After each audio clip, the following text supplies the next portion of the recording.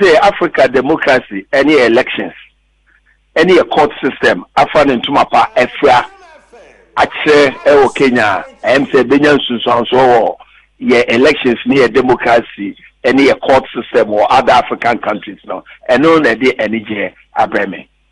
Nanipa dodo no ate se udru Kenya na ewiemhyambia yesan ma wodani wani a juma potinti a wokọ se wokọ wantimi ankoye nanipa dodo na adwen and for a lot of news and free Kenya ba ne kire se juma na wokọ akoye na wokọ akọboa opposition for ma wo matimi adinkunim ena opani a ote akonwa so Uhuru Kenyatta no won pene so ntie ba ne sa saa asem no esi ye wo de toton ennei ne esi o Supreme Court a Raila Odinga ne se mo de call ye se abato na ne ma anye wom nti ye ntwam ye nsan to no fofora wo se sen.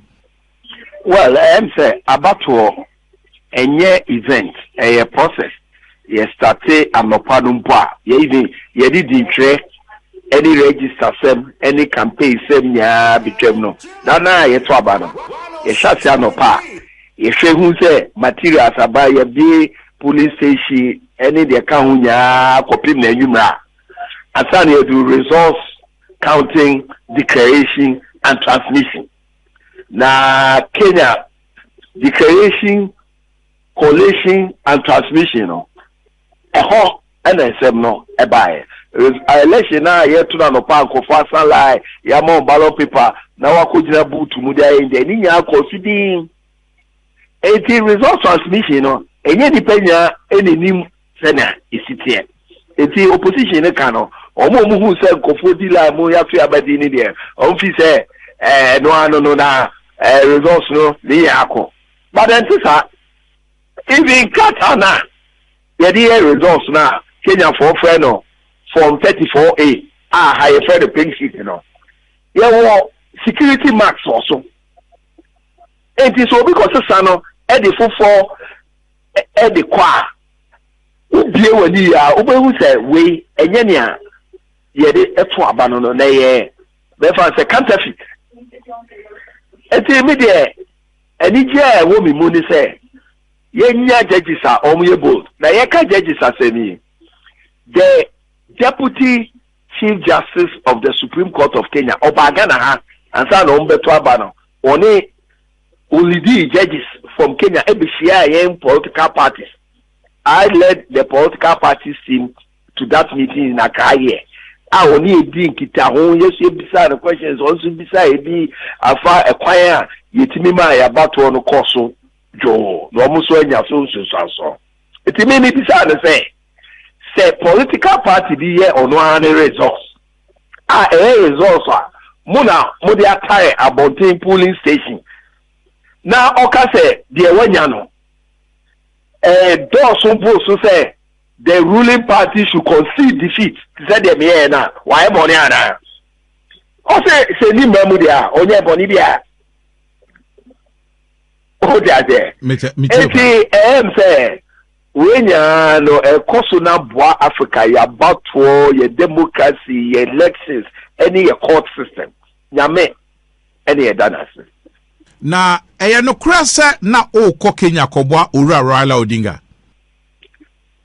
May call Kenya as a lead observer for Democratic Union of Africa.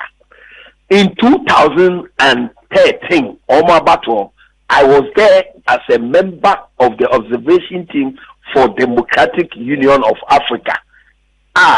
Collation Center was Bomas. I was there. Polling stations were Kikiyu, Nairobi, and other. I was there. Me and my report. I was given accreditation by the Electoral Commission of Kenya. I'm signing code of conduct. The same thing that 2017. So, Omaji Matum, that is IEBC, Omo Electoral Commission. I did my picture in the BBI. My name is group. You're signing code of conduct with the Electoral Commission. And it may call in the name of Democratic Union of Africa.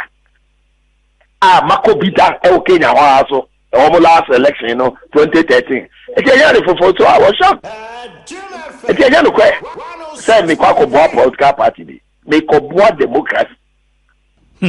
Na no krasa usi form wo play mo an ye Sunday utina play from. Mercy for more.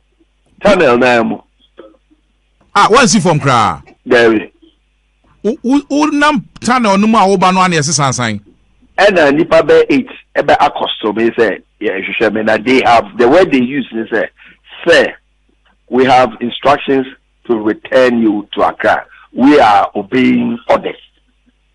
That's the word they told me. Now what me say why na mom say instructions no. Oh, minia.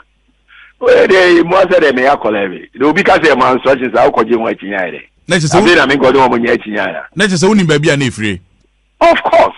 Now, we also we have instructions and we are obeying orders. Why am I on orders?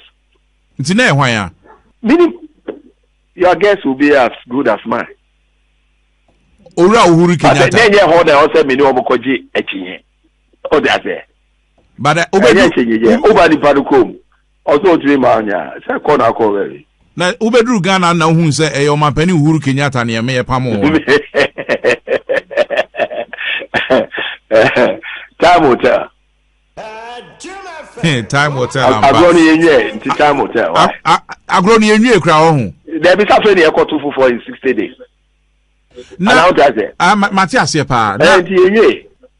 Na Ghana ha no na nipa dodo no edi nkomo se obi na ka kire owura Uhuru Kenyatta se wo no we dangerous ubedu Kenya ho a eniama nkoyie mfa ma no etie mo omra wo te sa asem no. Me the me an say onu Uhuru Kenyatta no ojina platform so any the former prime minister of Tanzania Lowassa Lowassa campaign man now they assume say without admitting say me ba even Raila Odinga who the Oduja platform so kata free Tanzania and is it fair Lowassa Oduja platform so or Casamano is it fair? And the Supreme Court to follow, they have been bold and courageous. And I think this is unprecedented in election history in Africa. Now, all Supreme Court assembly, yedim say ye die nsuso 2012 ni esi ya bosume nwotwe ye na TV ho ye hwe ne ekoso Ghana Supreme Court. And now all can say Deputy Chief Justice o Kenya Kraba ha ebesua ade bisa nsem ansa na omode kro. Uji de say nia enne omaye o Kenya ho no omusua bibia ankoye wo yen election petition num ana ama enam so ama obroni bese ne omaye bold omaye nya kukudro ayesa ade a ebinsi dai mind you Cecilia Chief Justice of Kenya no enne otra case is enyo no na level 2013 so until for example sa case enne case na Uhuru Kenyatta lawyers no person mo the technical bi bam say defense no request be on the by time na pa ho but Chief Justice way Uhuru against say substance no any say any technicalities but the same thing in 2013 Raila Odinga Sarko's Supreme Court use it against him until the American man say court assem your elections assem your democracy assem and yet static enyina faako esisa with time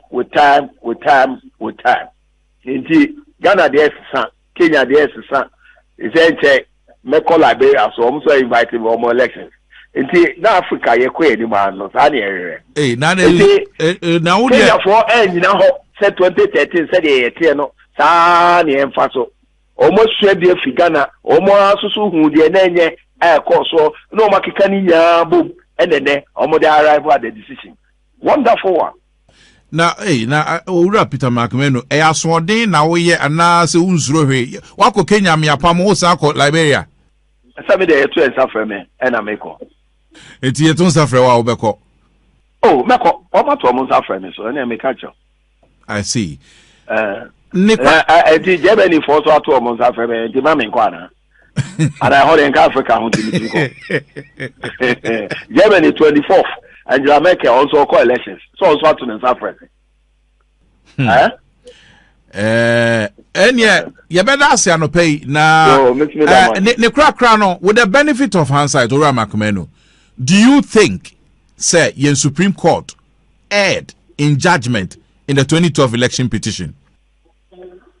Well, it's over until let's sleep in the fly.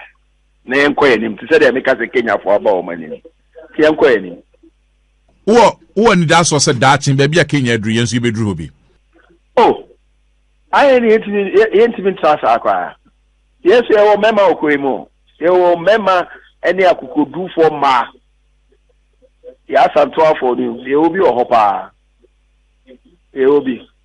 Ghana ya wade. But in ya susu dina. Ahumboa political parties. Yeah, say MPP. Abaye to ye boy we say enter omo bi MCCN AUM. And this here because one tia about one asia and our opponent etimi eyo kalabule. Oh, nti o say ye political parties ne so yetimi sua ehu about one hye e ho mra any who processes ni nya.